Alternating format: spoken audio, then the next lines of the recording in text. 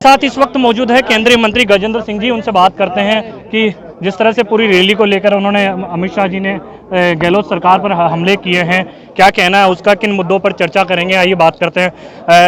शेखावत साहब, जिस तरह से अमित शाह जी ने बोला है कि शर्म आनी चाहिए मुख्यमंत्री गहलोत को कन्हैया के मुद्दे को लेकर। देखिए, निश्चित रूप से कल उन्होंने एक पत्र माननीय गृह मंत्री जी को लिख करके सार्वजनिक किया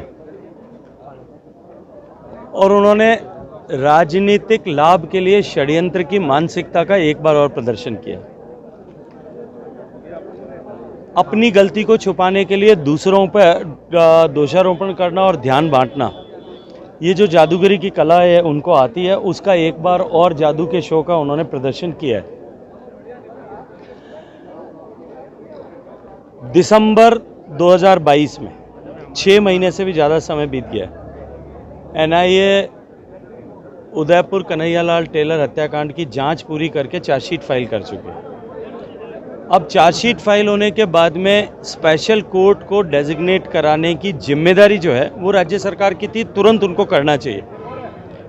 लेकिन क्योंकि हम जानते हैं कि जिस सरकार ने जानबूझ करके सुनियोजित तरीके से जयपुर बम ब्लास्ट के सैकड़ों लोगों के हत्यारों को बचाने का काम किया और बाद में निरंतर उनको सर्टिफिकेट देकर के पैरोल पर छोड़ने का पाप किया, तो सरकार से अपेक्षा नहीं थी कि वो स्पेशल कोर्ट डेजिग्नेट करती।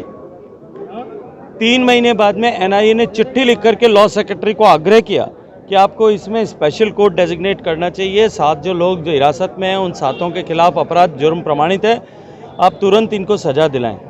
लेकिन आज भी राजस्थान सरकार ने उसमें कोई कार्रवाई नहीं की, क्योंकि उनको अपने वोट बैंक के गड़बड़ाने का डर लगता है। ये तो मैं धन्यवाद देना चाहता हूँ उदयपुर की मीडिया का और उदयपुर के लोगों का कि जो जन भावनाओं का सैलाब उस समय था और पूरे राजस्थान भर में जिस तरह का आक्रोश था और राजस्थान के मीडिया ने जिस तरह से उस आक्रोश को प्रदर्शित किया था, उसको उद्घाटित किया था, उसके कारण से मजबूरीवश उनको जांच एनआईए को देनी पड़ी।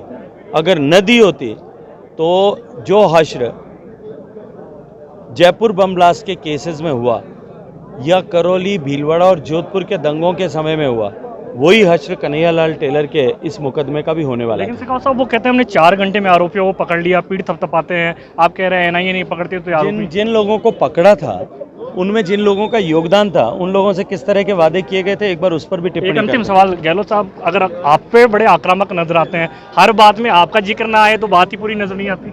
मुझसे कुछ विशेष स्नेह है, क्योंकि हम दोनों एक ही शहर, एक ही विधानसभा के रहने वाले हैं, तो इतना स्नेह और स्वाभाविक है। और हम आमने सामने, उनके पुत्र ने और मैंने चुनाव लड़ा है, तो इतना स्नेह का अधिकार तो उनका और मेरा दोनों का बनता है। एक अंतिम सवाल, आपका एक वीडियो वायरल हुआ जिसमें आप कहा कि राजेंद्र राठौड़ जी का राज लाइए, 46,000 करोड़ रुपए दे दूंगा, उसको लेकर भी वो बड़ा सवाल उठा रहे हैं। देखिए, मैं आज फिर कहूँगा,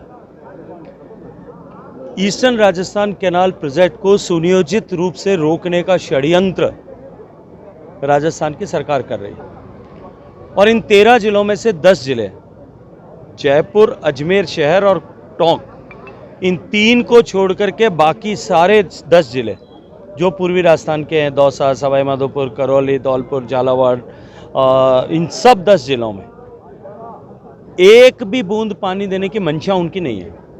जो वर्तमान में योजना जिसको वो गाजेबाजों के साथ में प्रसारित कर रहे हैं, मैं फिर दावे के साथ में कह रहा हूं आपके माध्यम से कि मंच पर खड़े होकर के वो सिद्ध करें, मैं सामने खड़ा होने के लिए तैयार हूं कि वो उनकी इस योजना में इन 10 जिलों में एक भी बूंद पीने का पानी जाने वाला है या एक भी बूंद सिंचाई का पानी किसी खेत में जाने वाला है।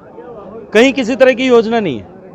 और मैं फिर कह रहा हूं कि भारतीय जनता पार्टी की सरकार जिस दिन बनेगी, उस दिन दावे के साथ मैं कह रहा हूं कि 1 महीने में राजस्थान के लिए इस योजना को राजस्थान की सरकार स्वीकृत करेगी। नए स्वरूप को नदी जोड़ने के प्रकल्प के तहत जिस तरह से इसको सम्मिलित भारत सरकार के जल शक्ति मंत्रालय ने किया है, प्रायोरिटी प्रोजेक्ट के रूप में लिया है, उस पर मोहर लगा करके भेजेगी। जिस दिन स्वीकृति प्रदान करेगी उसी दिन ये परियोजना सिरे चढ़ेगी और इस परियोजना की जितनी लागत होगी, माननीय मोदी जी ने पहले भी ऐसी परियोजनाओं पर, नदी जोड़ने की ऐसी महत्वपूर्ण परियोजनाओं पर 90% ग्रांट दिया है, वो ग्रांट भी राजस्थान को मिलेगी और राजस्थान के इन 13 जिलों के प्यासे कंठों और प्यासे खेतों की प्यास जो है वो बुझने वाली है।